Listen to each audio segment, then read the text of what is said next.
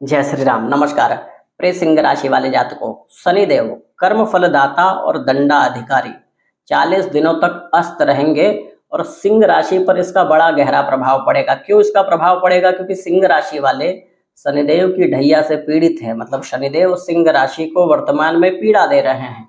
आपकी राशि से अष्टम भाव में है, तो जो ग्रह हमको पीड़ा दे रहा है और उसका वो अस्त हो जाए, उसके पीड़ा में कमी आए, तो कहीं ना कहीं हमारा जीवन सरल होता है। विस्तार से बताऊंगा आपको किन किन क्षेत्रों में लाभ मिलेगा। लेकिन प्रिय दर्शकों, कोई ग्रह अस्त तब होता है जब सूर्य के प्रभाव में आता है, सूर्य के समीप आता है, तो वो ग्रह अस्त हो जाता है। और आपके राशि स्वामी, सिंह राशि के राशि स्वामी सूर्य हैं, तो यहाँ सूर्य के प्रभाव में शनिदेव आएंगे। तो जब सूर्य के प्रभाव में शनिदेव आएंगे तो इसमें निसंदेह है कि सूर्य भी शनिदेव के प्रभाव में आएंगे और आपके राशिपति हैं। तो कुछ सावधानियां भी आपको रखनी है, कुछ ध्यान भी रखना है। लेकिन ये 40 दिन कहीं ना कहीं आपके जीवन के निर्माण में भूमिका अहम निभा सकते हैं। मतलब बहुत अच्छे लाभ आपको दे सकते हैं। विस्तार से आपको समझाऊंगा कि किन किन क्षेत्रों में आपको शनिदेव लाभ देंगे। प्रिय दर्शकों, सबसे पहले तो ये समझिए, सिंह राशि से शनिदेव षष्टम और सप्तम के स्वामी हैं। मतलब मार्केश ग्रह हैं जो पीड़ा देते हैं। और अभी जब यह अस्त होंगे तो बहुत सारी चीजों में लाभ। सबसे पहला लाभ आपके पारिवारिक जीवन में, परिवार में, दाम्पत्य जीवन में और आपके प्रेम संबंध में भी बढ़िया लाभ हो सकता है। यदि किसी प्रेम संबंध में है या पारिवारिक अड़चन है, कभी कभी होता क्या है ना कि ग्रह क्लेश में भी व्यक्ति परेशान रहता है। मतलब परिवार में ऐसा होता है कि आप किसी को कुछ समझा रहे हो, वो आपकी बात नहीं समझ रहा हो, आपसी मतभेद हो, उनमें भी वर्तमान में शनिदेव लाभ देंगे और दाम्पत्य जीवन में भी शनिदेव लाभ देंगे।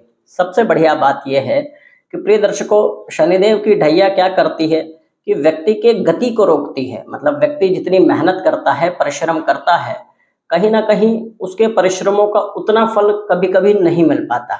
लेकिन ये जो 40 दिन की अवधि है, आप ये देखेंगे कि आपके प्रयत्नों का फल भी मिलेगा। इस 40 दिन में आपकी उन्नति संभव है। मतलब आप अगर अपने करियर में कोई जॉब करते हैं, स्विच करना चाहते हैं, जॉब परिवर्तन करना चाहते हैं, या फिर जॉब ढूंढ रहे हैं, कोई काम नहीं है और आप चाहते हैं कोई नया काम स्थापित हो, ये 40 दिन आपके लिए महत्वपूर्ण रहेंगे। व्यापारी वर्ग के लिए भी स्थिति अनुकूल है। मतलब आपके व्यापार में विस्तार होना और व्यापार में जो नई योजना आप लाना चाहते हैं वो भी आपके लिए हितकारी होगी।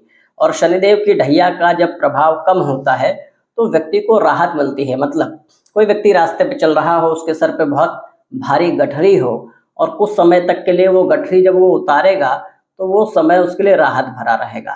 तो यही उदाहरण समझ लीजिए कि शनिदेव की ढैया से 40 दिन की पीड़ा जो है कहीं ना कहीं कम होगी, क्योंकि शनिदेव अस्त रहेंगे।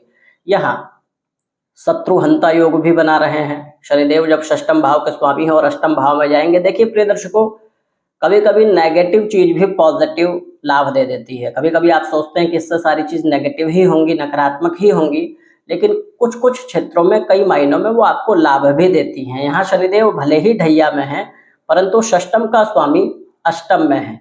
यह भी एक राजयोग कारक है। अब इस टॉपिक पे आऊंगा तो वीडियो बहुत लंबी हो जाएगी। तो यहाँ सबसे अच्छी बात है शत्रुओं से लाभ, ऋण और कर्जे में कमी, फाइनेंशियल ग्रोथ के भी कारक शनिदेव यहाँ हो जाएंगे। मतलब धन का आगमन हो, नए रास्ते आपके जीवन में खुले, जो आपका धन आए, आर्थिक स्थिति आपकी सुदृढ़ हो, बलवान हो, ऐसे योग इन 40 दिनों में बन सकते हैं। अपितु शनिदेव का एक नियम है प्रिय दर्शकों, शनिदेव है न्याय प्रिय ग्रह।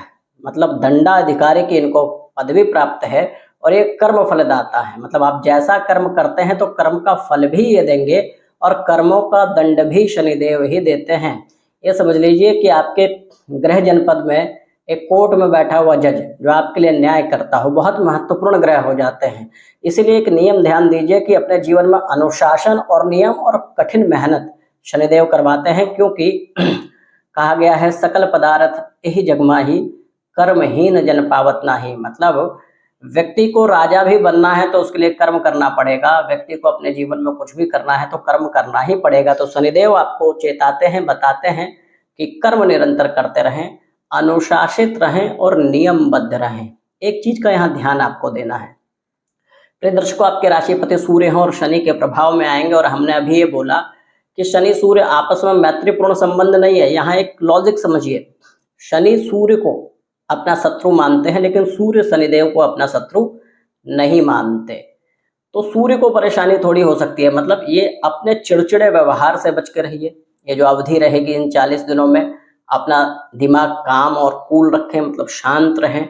साथ में डिसीजन जो भी ले रहे हैं सोचें समझें, वरिष्ठ लोगों का कहीं ना कहीं सहयोग लें, जल्दीबाजी में कोई निर्णय ना लें, और किसी के मार्गदर्शन में रह के कोई डिसीजन लेते हैं, कोई आपका फ्रेंड हो गया, मित्र हो गया, या कोई वरिष्ठ लोग हो गए, तो आपके लिए बहुत अच्छा रहेगा। साथ में सूर्य और शनि आपस में पिता पुत्र हैं, दोनों एक दूसरे के संगत में रहेंगे, मतलब प्रभावित रहेंगे, एक दूसरे को प्रभावित करेंगे। तो पैतृक संपत्ति का यदि कोई विवाद चल रहा है इन दिनों, या फिर पिता से, ऐसे पिता से तो मतभेद कभी होने नहीं चाहिए अगर हो तो बहुत गलत है।